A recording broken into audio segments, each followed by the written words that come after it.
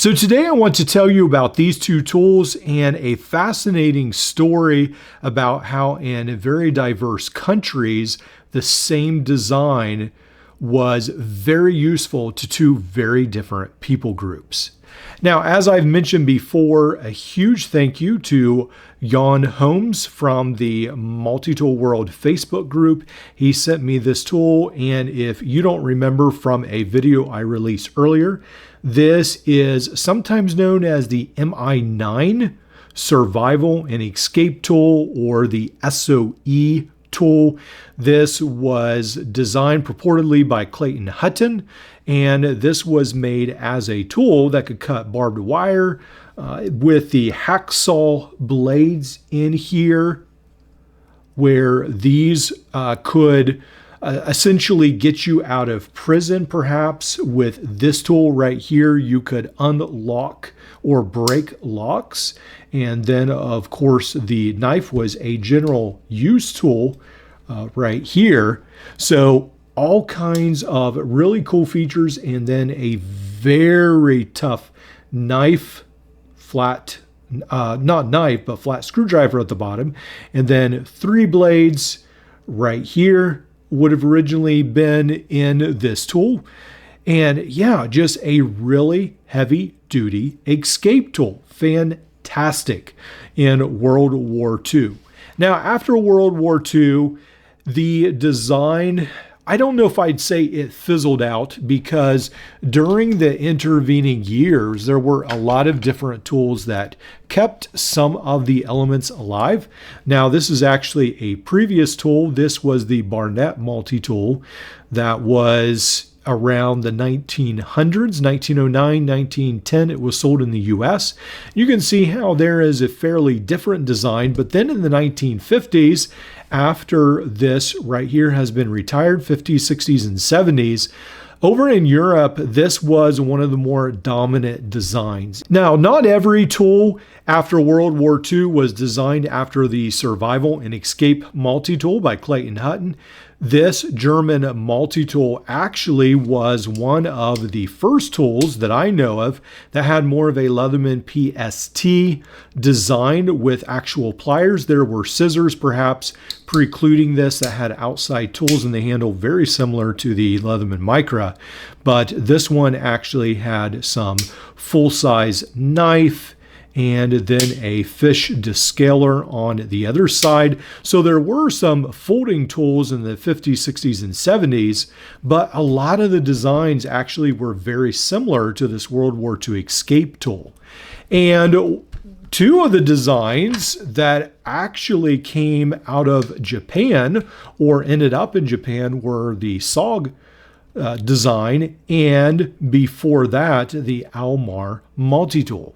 So I really don't want to talk a ton about the SOG tool clip, but this tool will actually have some fairly strong design cues from this tool as well, and that there is a main tool with the handle, and then most of the tools are in here. Now, this tool will be released in Japan around 1991. These tools are actually made fairly good. There have been so many Chinese copies over the years that whenever I see this design, I almost get sick at my stomach because there's so many cheap copies of it. But the tool clip is actually a good design with good tools. And even though it's been stolen and misused many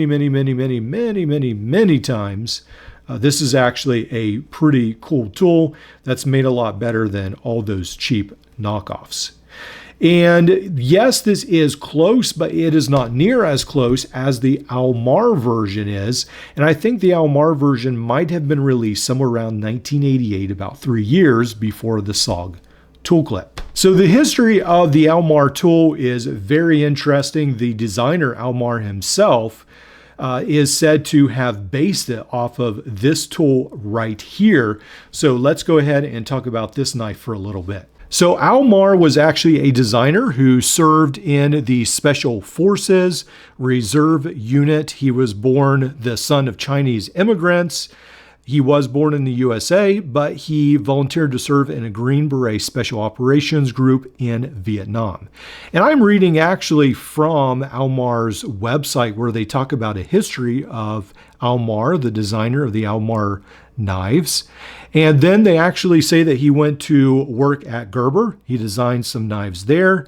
He was known as head of knife design there. And then in 1979, he founded Almar Knives himself. Now, one of the cool things about the Almar multi-tool is that Almar himself marketed this to the SWAT team, purportedly in the United States, and they were not interested in this. So remember, he himself has been in special forces. He's been in the military, and so he sees this design of this World War II escape tool probably somewhere along the way, and he thinks, well, why not make this relevant to the 1970s. Well, I guess it was actually the 1980s when this was released. Around 1988, he tries to market this, and the SWAT teams at the time were not interested. But who was interested was actually the off-roaders, those driving 4x4s in Japan. And so this gets made in Japan and offered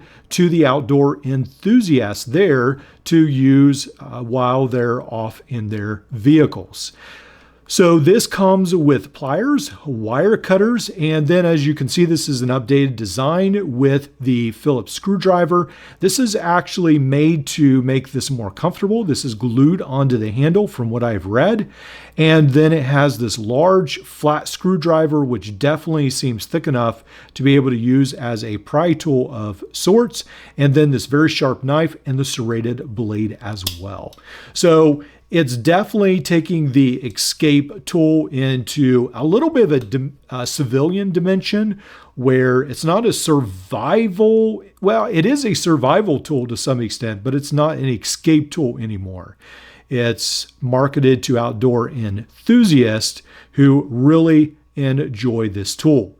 Now, there's several different versions of this made. There are some very ornate versions, elaborately engraved, that go for several $100s. I think I was able to get this for somewhere around $100, which is a pretty good price. And it's just a lot better of a multi-tool than even some of those from, I would argue, the 50s and 60s, made in Germany and France. Made in Japan, both this and the SOG tool actually feel like they're made of pretty good quality materials and machined very, very well. Now, unfortunately, Almar has passed on, but his legacy still continues as you and I are actually talking about this tool right now. Now, as a lot of tools are coming on the market, whether from Nextool, Roxxon, Leatherman, Gerber, there is always this shift to get the latest and the greatest, but sometimes it's these old tools right here that you might end up treasuring the most. So make sure to jump on eBay, to look at your local auction sites, and check out the Almar multi-tool, the 4x4 and the several different versions, and look at the specially engraved one. If you want something collectible, something that no one else has, or hardly anyone else has, that might be something to put on your wish list or your Christmas list if you have someone that is very, very generous in your family.